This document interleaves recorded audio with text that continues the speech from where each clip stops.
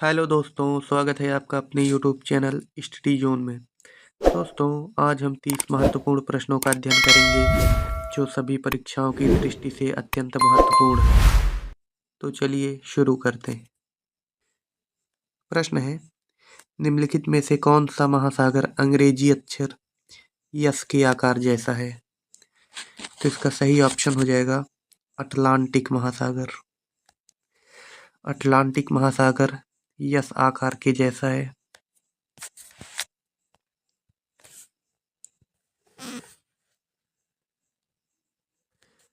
अगला प्रश्न है, वह मृदा जल कौन सा है जो पौधे के लिए अति आवश्यक है? तो इसका सही ऑप्शन हो जाएगा केशिका जल। केशिका जल पौधे के लिए अति आवश्यक है।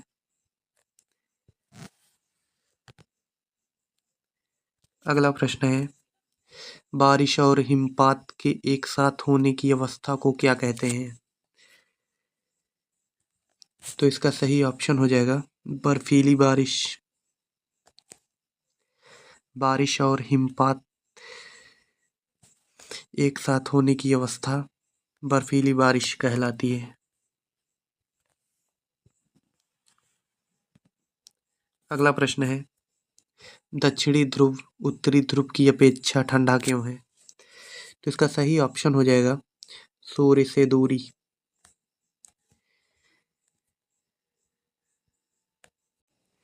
दक्षिणी ध्रुव पर सूर्य का प्रकाश कम पड़ने के कारण यहाँ ठंडा ज़्यादा रहता है।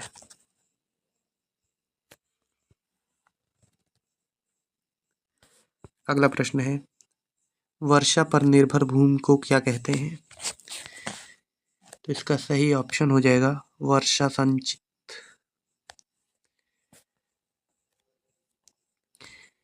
वर्षा पर निर्भर भूमि को वर्षा सिंचित कहते हैं।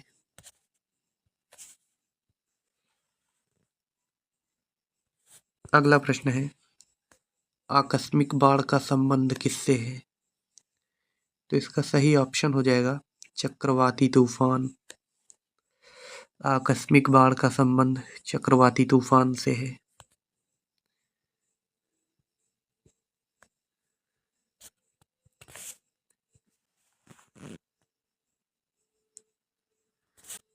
अगला प्रश्न है, धूम कोहरा किसके संयोजन से बनता है?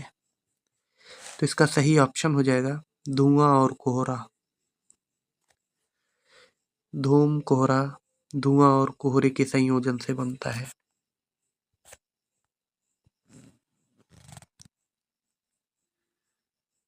अगला प्रश्न है, सुनामी का मुख्य कारण क्या है? तो इसका सही ऑप्शन हो जाएगा समुद्र सतह पर भूकंप। सुनामी का मुख्य कारण समुद्र सतह पर भूकंप है।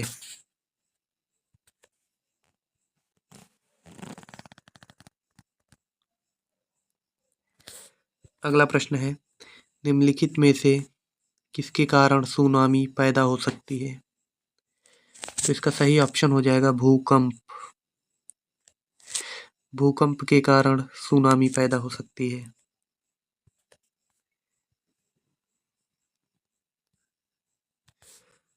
अगला प्रश्न है, चक्रवात निम्नलिखित में से किस कारण से आता है? तो इसका सही ऑप्शन हो जाएगा निम्न दाब। निम्न दाब के कारण चक्रवात आता है।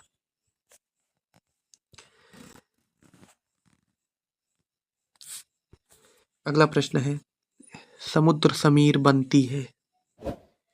तो इसका सही ऑप्शन हो जाएगा दिन के समय। समुद्र समीर दिन के समय बनती है।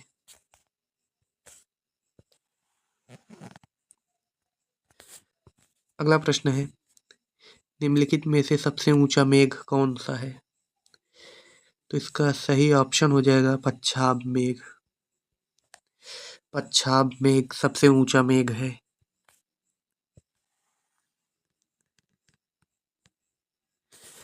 अगला प्रश्न है, भूकंप की तीव्रता मापने के लिए किस पैमाने का प्रयोग किया जाता है? तो इसका सही ऑप्शन हो जाएगा रिएक्टर पैमाना।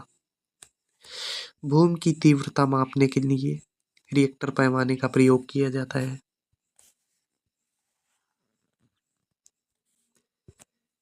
अगला प्रश्न है, उष्णकटिबंधीय घास स्थल को कहते हैं। तो इसका सही ऑप्शन हो जाएगा सवाना। उष्णकटिबंधीय घास स्थल को सवाना कहते हैं। सवाना घास के मैदान।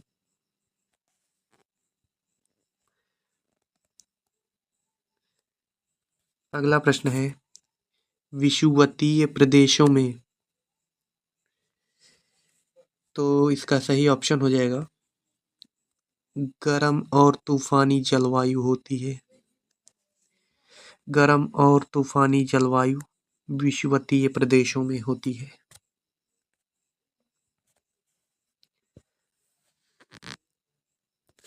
अगला प्रश्न है, संवहनी वर्षा कहाँ होती है।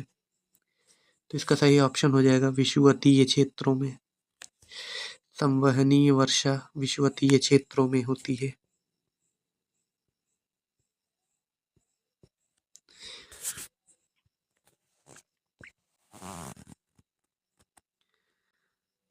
अगला प्रश्न है, थल समीर और समुद्र समीर बनने का कारण है। तो इसका सही ऑप्शन हो जाएगा संवहन।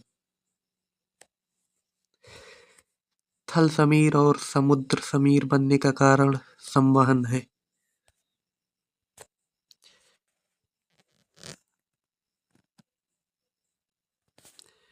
अगला प्रश्न है, व्यापारिक पवनों का कारण है। तो इसका सही ऑप्शन हो जाएगा संवहन। संवहन व्यापारिक पवनों का कारण है।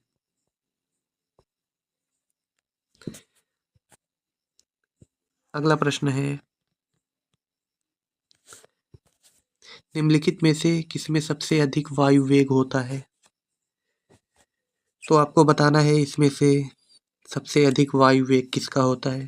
तो इसका सही ऑप्शन हो जाएगा टॉर्नेडो। सबसे अधिक वायु वेग टॉर्नेडो का होता है।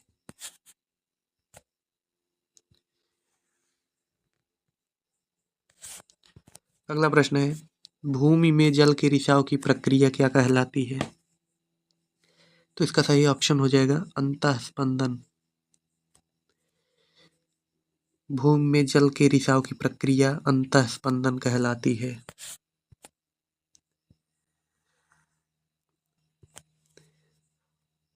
आल्प्स पर्वत श्रृंखला किस महाद्वीप में स्थित है। तो इसका सही ऑप्शन हो जाएगा यूरोप।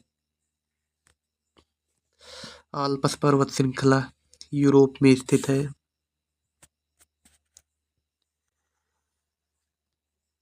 अगला प्रश्न है, संगमरमर चट्टानों की किस श्रेणी में आता है। आपको बताना है कि संगमरमर चट्टानों की किस श्रेणी में आता है। तो इसका सही ऑप्शन हो जाएगा कायांतरित।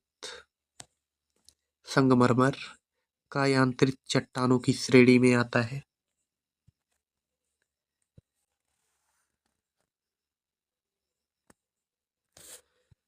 अगला प्रश्न है, निम्नलिखित में से कौन सी पर्वत श्रृंखला यूरोप तथा एशिया को अलग करती है।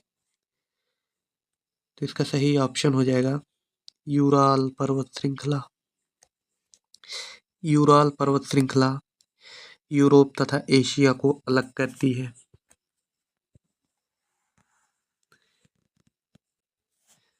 अगला प्रश्न है, लक्षद्वीप की राजधानी क्या है। आपको बताना है कि लक्षद्वीप की राजधानी क्या है। इसका सही ऑप्शन हो जाएगा कावारत्ती।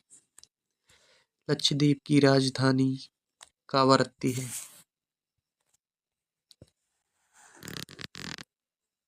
अगला प्रश्न है, विश्व की सबसे चौड़ी नदी कौन सी है। तो इसका सही ऑप्शन हो जाएगा अमेजन नदी। विश्व की सबसे चौड़ी नदी अमेजन नदी है और विश्व की सबसे लंबी नदी नील नदी है। लंबी नदी नील नदी है।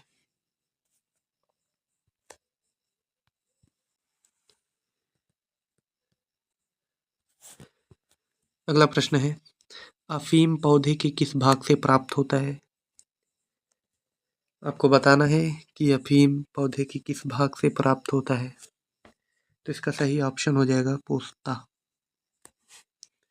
अफीम पौधे के पोस्ता भाग से प्राप्त होता है।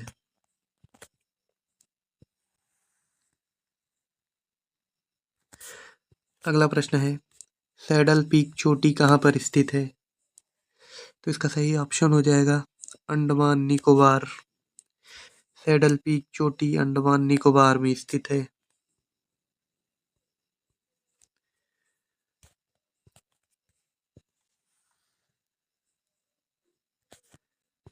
अगला प्रश्न है, मृदा के लवणीकरण किस कारण होता है? मृदा में लवणीकरण किस कारण होता है? तो इसका सही ऑप्शन हो जाएगा ऑप्शन 3, अधिक सिंचाई के कारण। अधिक सिंचाई के कारण मृदा में लवणीकरण होता है।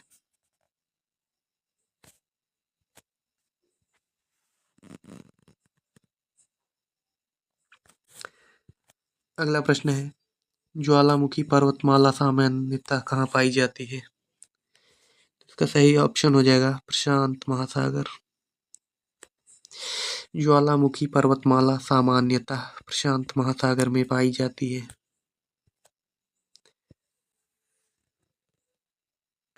अगला प्रश्न है, दोआब का क्या मतलब है? आपको बताना है कि दोआब का क्या मतलब है। तो इसका सही ऑप्शन हो जाएगा दो नदियों के बीच की भूमि। दो नदियों के बीच की भूमि को दोआब कहते हैं। दोस्तों, अगर आपको वीडियो अच्छी लगी हो तो वीडियो को लाइक करें और चैनल पे नए हैं तो चैनल को सब्सक्राइब करें। मिलते हैं अगली वीडियो में। धन्यवाद।